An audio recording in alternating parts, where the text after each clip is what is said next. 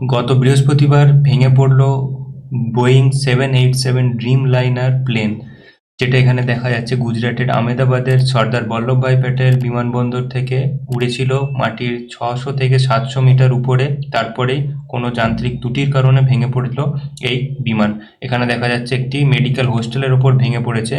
এখানে একটি মানুষ দেখা যাচ্ছে এবং এই বিমানে বলা হচ্ছে এটা ইউকে যাচ্ছিল, লন্ডন যাচ্ছিল, যার ফলে এই বিমানে প্রচুর পরিমাণে তেল ছিল, প্রায় 1 লক্ষ লিটার তেল ছিল। সেই বিমানটি ভেঙে পড়ার পরে সেই পুরো তেলটি আগুন লেগে যায়, যার ফলে সমস্ত মানুষ মারা যায়। 242 জন অনবোর্ড ছিল, মাত্র একজন বেঁচেছে।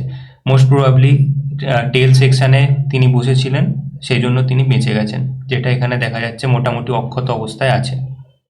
তো বোয়িং 787 ড্রিম লাইনার, যেটা নামটাই হচ্ছে ড্রিম লাইনার, মানে কোম্পানির সবচেয়ে দামি সবচেয়ে প্রিমিয়াম একটা প্রোডাক্ট, সেটা যান্ত্রিক ত্রুটির কারণে কিভাবে ভেঙে যেতে পারে। এটা অনেকেই বলছে সাবোটাজ হতে পারে, যেটা এখনো একমাত্র ভারতেই একবার ভেঙে পড়লো, যেটার এখনো আগে পৃথিবীর কোথাও একবারও ভেঙে পড়েনি, কিন্তু শুধুমাত্র গত বৃহস্পতিবার ভারতে ভেঙে পড়েছে।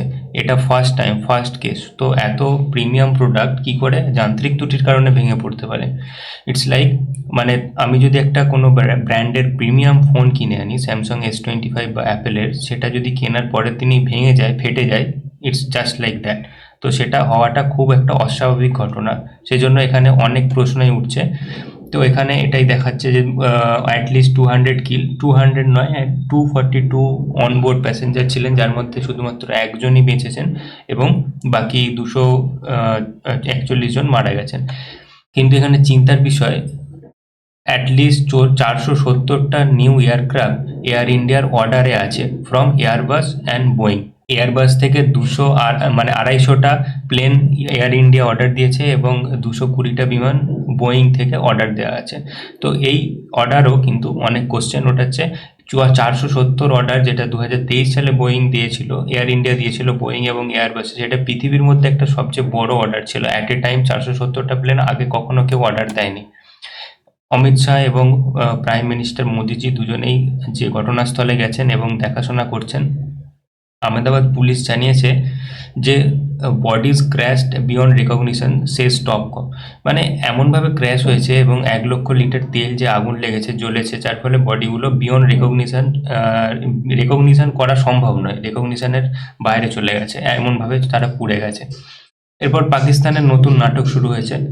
Pakistan extends deep condolences to families of victim. যখন টেরোরিস্ট অ্যাটাক করায় এরা, তখন এদের কন্ডোলেন্সেস কোথায় যায়? পাকিস্তান পিএম বলছে, we extend our condolences to the families of victim wing this immense loss and our thoughts and prayers are with those who affected by this heartbreaking tragedy. যখন terrorist attack করাও তোমরা, তখন তোমাদের মানে এই tragedy, এই heart breaking prayers, এইসব কোথায় যায়? কন্ডোলেন্সেস এগুলো কোথায় যায়? নতুন নাটক শুরু করেছে এটা নিয়ে Pakistan. By the way, Tata group 1 কোটি টাকা অ্যানাউন্স করেছে ভিকটিমদের ফ্যামিলিদের দেওয়ার জন্য।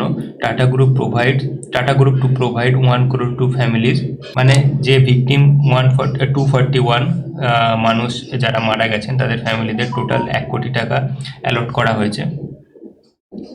Additionally, we will provide support in the building of the BJ Medical Hostel. তারা যে মেডিকেল হোস্টেলের উপর ক্র্যাশ করেছে, সেটাও তারা বানিয়ে দেবে, এন চন্দ্রশেখরন বলেছে, যিনি chairman of Tata Sons. Air India 171 crash marks first fatal Boeing Dreamliner crash. Boeing Dreamliner একটা প্রিমিয়াম প্রোডাক্ট এবং এটা ফার্স্ট টাইম ক্র্যাশ করলো last Thursday. AI-171 flight is said to be the airplane's model's first fatal crash.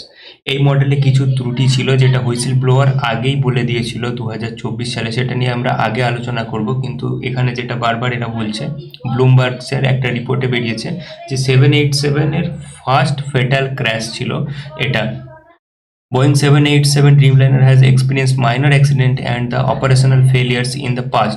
Minor accident এবং operation failure দেখা গেছে অতীতে, কিন্তু no ফ্যাটালিটিস, কোনো মানুষ মারা যায়নি আনটিল থার্সডের ক্র্যাশে যে 241 প্যাসেঞ্জার মারা গেছেন, তার আগে কিন্তু কোনো ক্যাজুয়ালিটি দেখা যায়নি।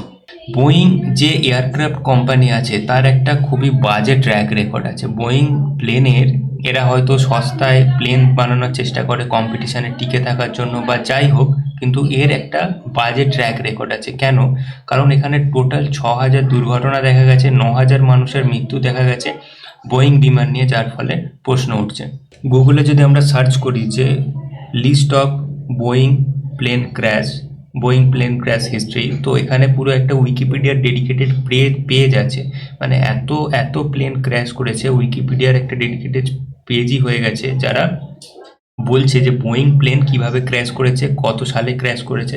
এখানে লিস্ট করে তারা বলে দিয়েছে 737 ক্লাসিক, যে 737 সিরিজের 300 সিরিজ, 400, 500 সিরিজের কোন কোন সালে ক্র্যাশ করেছে। 1980, 1990, 2000, 2010 সালের, 2020 সালের। তারপর 737 নেক্সট জেনারেশন প্লেন এদের ক্র্যাশ করে যাচ্ছে। 600 সিরিজ, 700, 800, 900 সিরিজ। 2000, 2010, 2020 প্রায় প্রতি বছর এদের একটা একটা করে প্লেন ক্র্যাশ করে। 737 এই লিস্টে কোথাও 787 দেখা যাবে না, কিন্তু এবারে আজকের পর থেকে 787ও এই লিস্টে অ্যাড হয়ে যাবে। 1970 থেকে পরপর পরপর এখানে দেখা যাচ্ছে, পরপর পরপর এখানে ক্র্যাশ আমরা দেখতে পাবো। খুবই রিসেন্ট 2020 সালের পর আমরা যদি দেখি, নয় নয় করে 3-4টে ক্র্যাশ আমরা দেখতে পাবো। ডিসেম্বর 4, 2023, মে 25, 2024, জুন 22, 2024, আর কাল যেটা হলো জুন 12, 2025। তো 3-4টে ক্র্যাশ আমরা 2020 সালের পরেই দেখতে পাবো। এরপর আমরা দেখে নিই ক্র্যাশটার লোকেশনটা কোথায় ছিল। এটা হচ্ছে সর্দার বল্লভভাই প্যাটেল, গুজরাট, আহমেদাবাদে। তো এখান থেকে যখন প্লেন উড়ে যায়, এই যে বিল্ডিংগুলো আছে, এই বিল্ডিংগুলোর উপরেই কিন্তু প্লেন ক্র্যাশ করেছে। এখানে কোনো হোস্টেল আছে, মেডিকেল হোস্টেল, সেই হোস্টেলের উপর কিন্তু প্লেনটা ক্র্যাশ করেছিল। এরপর আমরা দেখে নিই বোয়িং এর একজন হুইসেল ব্লোয়ার সামনে এসে সে বলছে যে আমি 2024 সালে ওয়ার্নিং দিয়েছিলাম কোম্পানিকে, কিছু স্ট্রাকচারাল প্রবলেম আছে। এখানে দেখতে পাচ্ছ বোয়িং